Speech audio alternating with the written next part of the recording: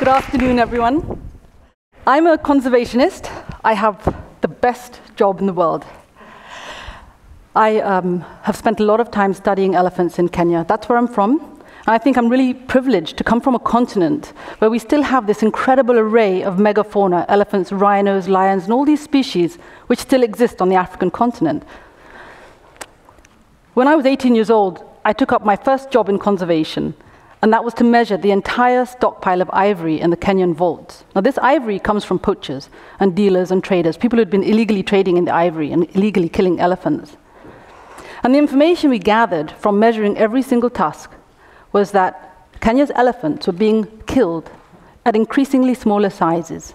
That meant that we'd actually killed off all the large adult males, we'd started killing off the females, and now we were going for babies. The smallest tusks were about 1 kilogram in size. That means that those elephants were probably only 4 or 5 years old. And you can imagine what that means. Elephants are like humans in terms of their age. So you can imagine killing a 5-year-old child just for its teeth so that somebody in China or Japan can make a little trinket. Well, the other thing that we documented from this work was that Kenya's elephants were declining at such a fast rate that in 15 years we had lost 75% of the entire population. At that age, the impression that it left me with that it was too late. We really wouldn't be able to do anything. Our elephants were just going to disappear into oblivion. And then my boss, Richard Leakey, did something very fearless and rather surprising. He persuaded the president of Kenya to burn the entire ivory stockpile in one massive bonfire. And that was my research as well.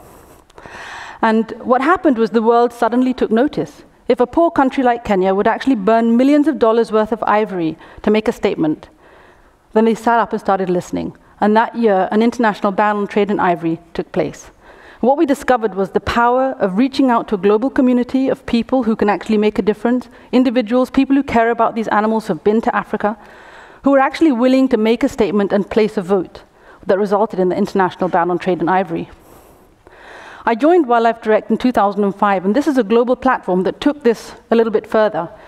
Using the internet, we're able to actually bring the entire world's audience to the field in Africa to actually participate in projects on the ground, virtually, and to help people who are doing work in really remote corners of the continent. The website allows anybody to actually participate, support, and contribute to these projects.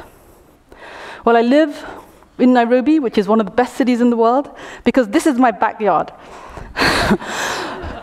And I started, through WildlifeDirect, looking at blogs from people reporting from all over the continent, and realized that lions really were in trouble. Africa used to have 450,000 lions in 1940. Today, there are fewer than 30,000.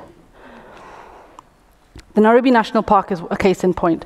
This is a national park right on the edge of a massive city. The city of Nairobi has 4 million people, and you can see the city, which is in white. It's kind of beginning to embrace the park.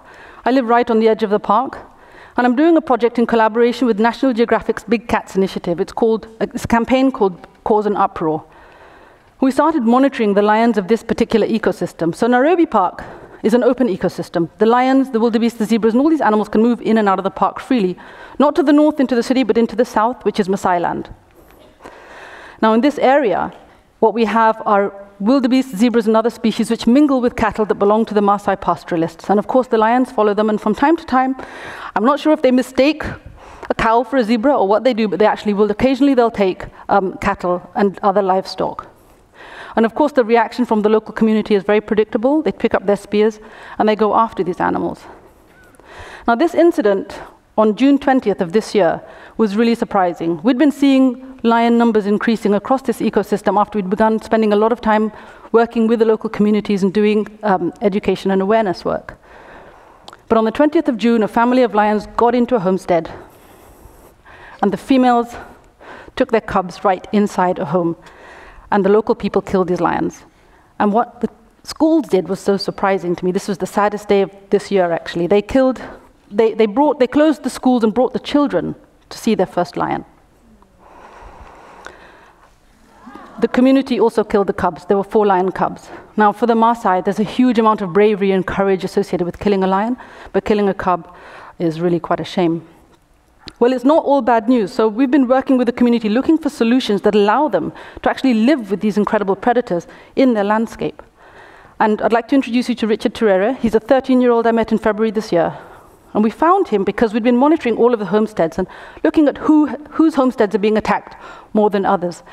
And this home had not been attacked for 2 years because Richard, at the age of 9, made an invention. Now, his invention is really amazing. It's just a series of lights. This is how he describes it.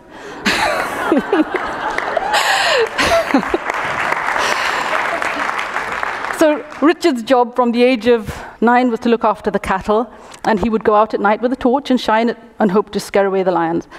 And of course it meant the next day he would be exhausted, so he decided to trick the lions into thinking he was awake. He took the bulbs out of his torch, connected it to battery, connected it to a solar panel, connected that to an indicator switch from a motorbike, so the lights flash, and it looks like somebody's walking around at night.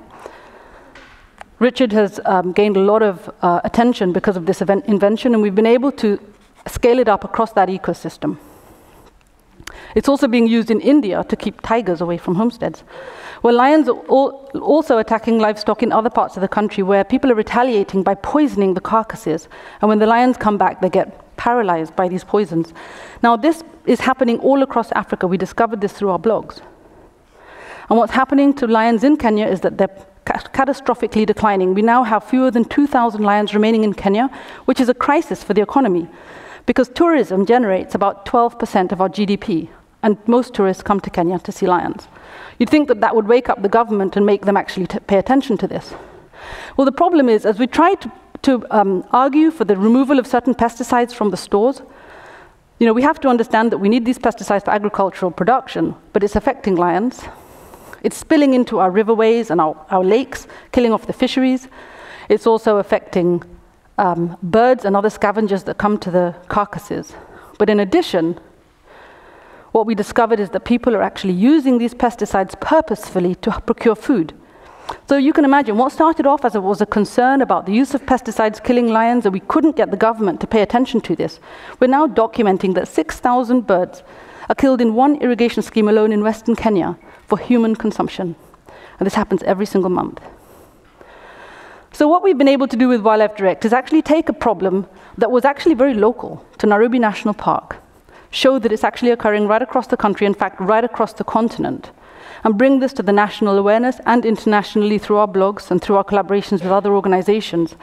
And now we're actually engaging with our government in terms of development. So Kenya is really ambitious. It wants to become a world-class, middle-income industrial nation. We've actually been able to now create a committee that sits with the government to discuss development projects and bring environmental concerns into the future development of the country. And for the first time, it's really making sense that it's not environment versus conservation. It's not environment versus development. It's actually all of development for Kenya and many African countries that depend on environmental resources has to be done inside of the context of the environment. Thank you.